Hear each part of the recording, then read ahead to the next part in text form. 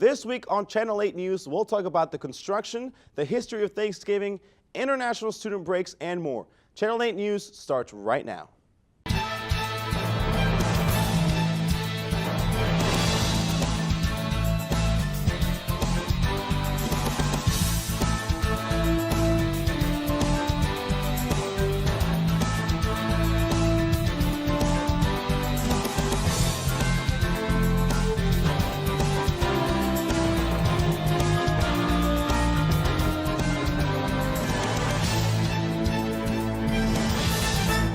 Thank you for tuning in to Channel 8 News. I'm Alex Sanchez.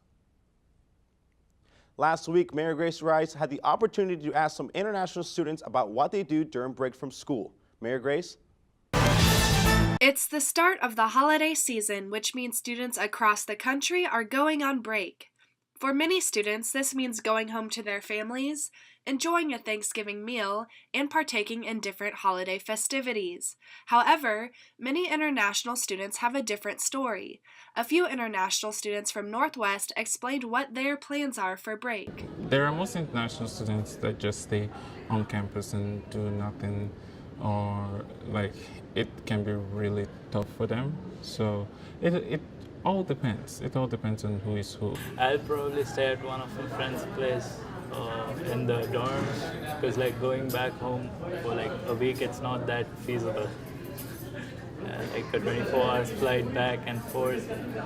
So for the Thanksgiving break, it's really short, so that's why I'm planning not wasting my money on that. I'll be out for a day trip to Kansas, and beside that I'll be working on my project. And for the December, I'm planning to go to New York, because people say that it's really fun at the New York, especially for the New Year, so that's pretty much it. I will just travel around in America. I was planning to go to Colorado to see my uncle. My uncle actually live in Denver, so I'll just go drive there and see him and come back. And maybe eat some cultural Indian food over there, right? And meet my family. It's always good to spend time with family and friends over there. Different cultures enjoy a variety of celebrations. These students described what kind of holiday traditions they have.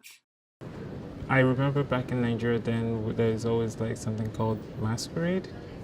We always had masquerades come out in force. There will be a masquerade parade and stuff like that. Food is the major thing. There's always a lot of cooking. There's always a lot of festivities going on, especially in the Christmas period. There's a lot of festivities. Food, that's the major thing. India is a land of festivals. You have lots of festivals over there, so we almost have breaks in each month. So on a holiday, we generally go to some tourist place, go around, move around the city, discover new places, or just like a Thanksgiving, we would have some dinner and relatives would come home and we would have food together. So we celebrate Dasai and Tiyar. It's a really big festival, and the festival of colors. We come together like friends, family. We do fun, we worship a lot of gods and talk about past, future, all good things, bad things. We stay together and just like that. There are a lot of festivals there, Diwali is one of the famous, which is known as the Festival of Colors, festival of lights and all that. They worship the god. Mostly people in India are from Hindu and Sikh culture, so they worship the god, and they celebrate that festival. There is the Independence Day and Republic Day, which people are really into it, and most of the people are really proud to be Indian, so they celebrate as in a big level. They raise the flag, and there is 2 or 3 days holiday for that event too. As you enjoy your break, remember everyone has different traditions around the holidays depending on their culture and background. Reporting for KNWT Channel 8, this has been Mary Grace Rice. Thanks, Mayor Grace. When we come back, we'll take a look at your Northwest event report. Don't go away.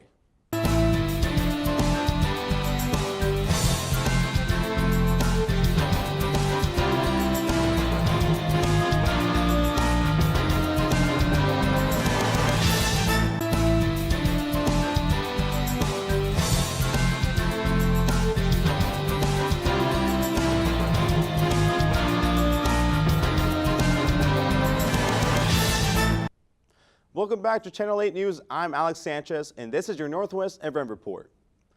On Monday, November 20th, the Office of Diversity, Equity, and Inclusion will be hosting a Transgender Day of Remembrance. This will include visual representation on sidewalks around campus. Students will also display posters in residence halls with information related to the transgender population. On Tuesday, November 21st at 5 p.m., Thanksgiving break begins. This break will go on from Tuesday until Sunday, November 26th.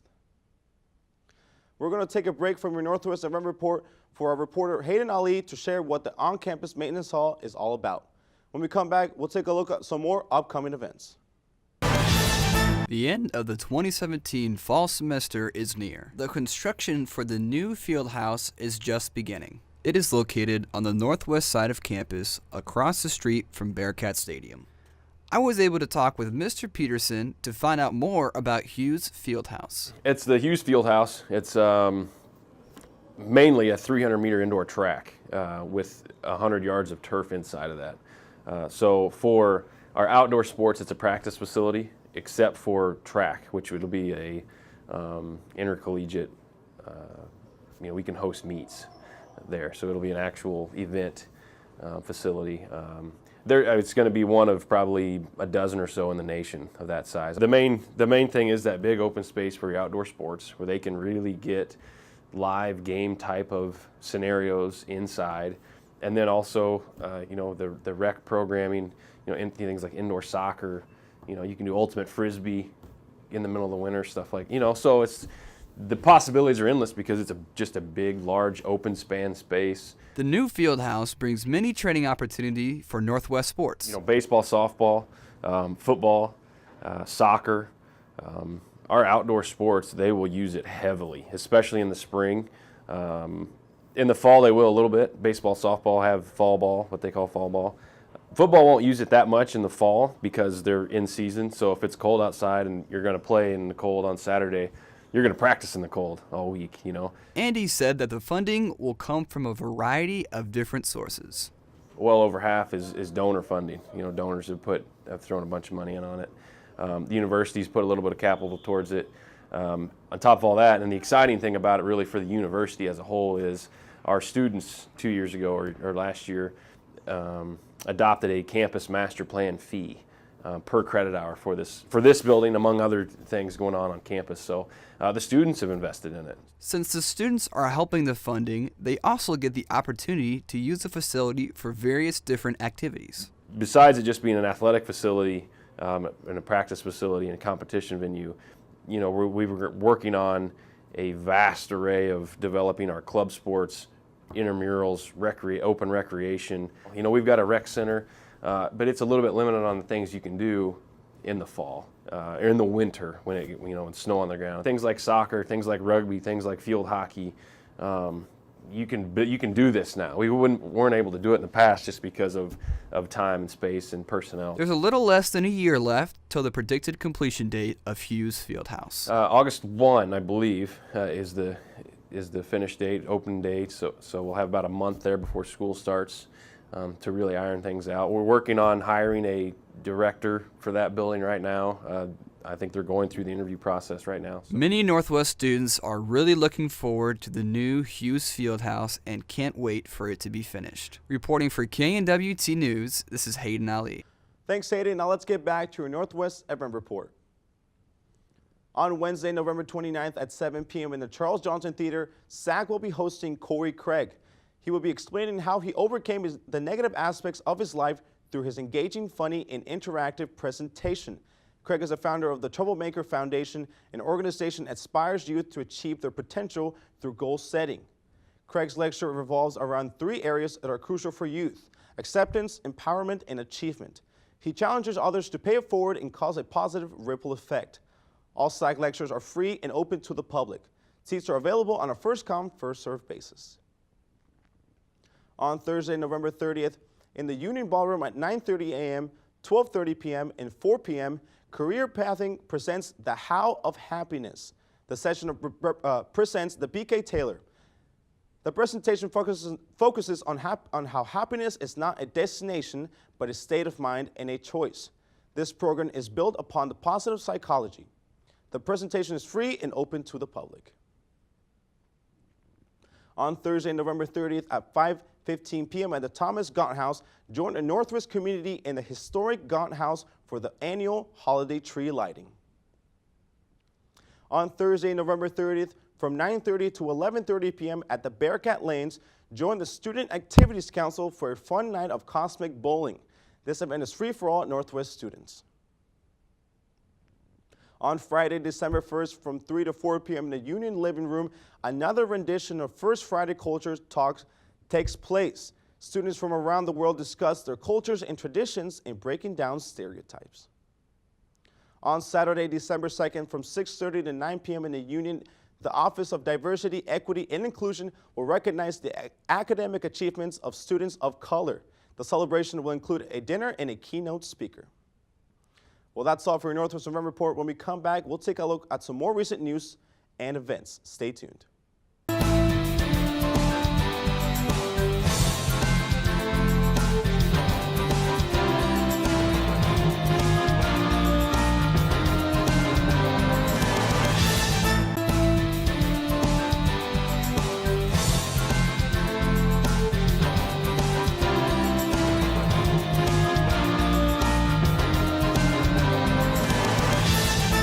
Welcome back to Channel 8 News. I'm Alex Sanchez. Craig Richard took the time to teach us why we need to heat up our cars during the winter. Craig?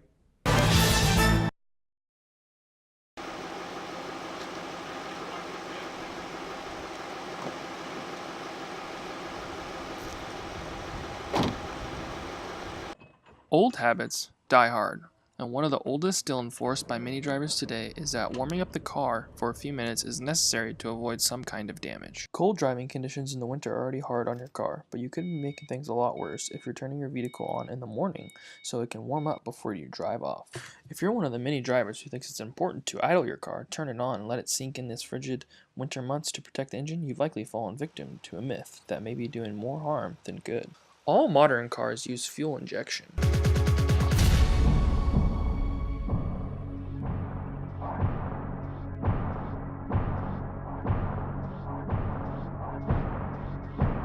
Cars with electronic fuel injection do not need to be warmed up before slowly driving off. This is because fuel-injected engines can composite for temperature changes. Cold engines run rich to composite for poor fuel ionization. This means extra fuel is injected into the combustion chamber. Now, fuel is a solvent, so when extra fuel gets on the cylinder walls, it washes away the oil from the cylinders and the pistons. Less oil on the cylinder walls means less protection, and because the oil is cold, it makes it harder for it to be replaced. This means the longer you spin your engine cold, the more wear you'll have. Idling the engine doesn't put much heat into it, so the car remains cold for a long deterioration. If it's cold outside, you can wait 15 to 30 seconds to make sure that oil is flowing, but you do not need to wait for the engine to be warm to take off. It will heat up faster by driving the car lightly. By heating it up faster, the oil gets operating temperature more quickly, and this is what you want to prevent wear. If it's really cold outside, the time it takes to scrape off the windows so you can see will be plenty of time for oil to start circulating. This is how you should be warming up your car from now on. This has been Craig Richard reporting for KNWT Channel 8.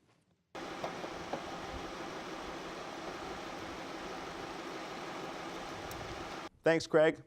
When we come back, we'll take a look at some national headlines. Don't go away.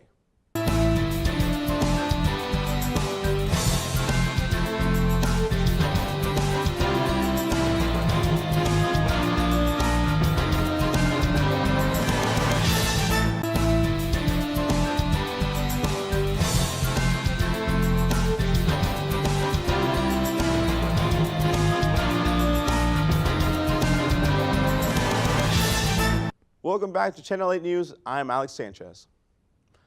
On November 15th, another deadly shooting took place, this time in Northern California. Kevin Neal's deadly shooting rampage may have been prompted by his fatal shooting of his wife, authorities say. Neal had shot and killed his wife the previous night and concealed her body under a floor in his home. The shooting started in Neal's neighborhood shortly before 8 a.m., where he killed a woman neighbor who had a restraining order against him for assaulting her last January. Neal then stole a pickup truck and went on a 25-minute rampage in town, shooting at homes, motorists, and eventually a school. Neal had killed a total of 4 people and injured 10. The first 911 calls came in just before 8 a.m. Police say a shooting and a neighborhood dispute spilled onto the streets, sending a rural Northern California community into chaos. Right now, we have a total of 7 shooting scenes. Essentially, with this individual, after the initial shooting, he reportedly took a vehicle and went on a shooting rampage throughout the community. Police say the gunman fired from a stolen truck randomly into homes, eventually crashing the vehicle. It was like they were shooting, emptying a magazine, popping another one in. He stole a second car and kept firing, injuring a mother and her son as they made their way to Rancho Tehama Elementary School. The suspect tried to enter the school, spraying the walls and classrooms with bullets. As tragic and as bad as it is, could have been so much worse if it wasn't for the quick thinking and staff at our elementary school. Because there was a series of gunshots about a quarter mile away that alerted that staff, and they went on an immediate lockdown without having to be told to do so by law enforcement. Fourth grader Ariana Ibarra and her classmates heard gunshots and took cover. How did you know to hide under your desk? Because our teacher told us to go under our desk and to keep calm and lay flat just in case he comes inside. The shooting spree ended after the suspect was shot dead during a gun battle with deputies. Police say a semi-automatic rifle and 2 handguns were found. I have to tell you, I am personally grateful to the men that engaged this suspect. It's a tragic event, but I'm personally grateful to those men for engaging such a terrible a mass murder. Really, that's what he is. A group associated with Bill Gates' investment company has invested $80 million in a high-tech plant development outside of Phoenix. The community in Belmont will be designed around a high-speed network, autonomous vehicles, high-speed digital networks, data centers, new manufacturing technologies, and autonomous logistic hubs. Arizona has a reputation as being a technology-friendly state. This investment is the latest example of excitement surrounding rebuilding cities from the ground up with a digital mindset. For the first time ever, the newest Barbie will wear a hijab. Mattel, which makes Barbie, announced that this doll will be modeled after Olympic fencer Ibtihaj Muhammad. In 2016, Muhammad became the first American to compete in the games while wearing a hijab. Barbie has been working hard to make its collection of dolls more diverse in an effort to broaden the brand's appeal. The news was announced at the Glamorous Woman of the Year Summit that the doll will go on sale in 2018. Christmas 2019 will be coming a bit earlier for Wonder Woman 2 fans. Warner Brothers has announced that the film will now be released on November 1st, 2019, 6 weeks earlier than originally slated. Star Wars Episode 9 is still slated for a December 2019 release. Nintendo is close to a deal with Illumination Entertainment for an animated movie based on the popular video game franchise. A pipeline of popular Super Mario games have hit the market recently. With the mobile Super Mario Run, the popularity of those games have helped reintroduce the decades-old character to a new generation of games. The prospects of a new Super Mario film is also a big deal because Nintendo has kept its property off movie screens for decades. Well, that's all the time we have for this week. For more information on stories that matter to you, like us on Facebook at /Watch Channel 8 News or follow us on Twitter at KNWT 8 News. The KXTV Bearcat Culture Show is up next. From all of us here at Channel 8 News, I'm Alex Sanchez. Have a good night.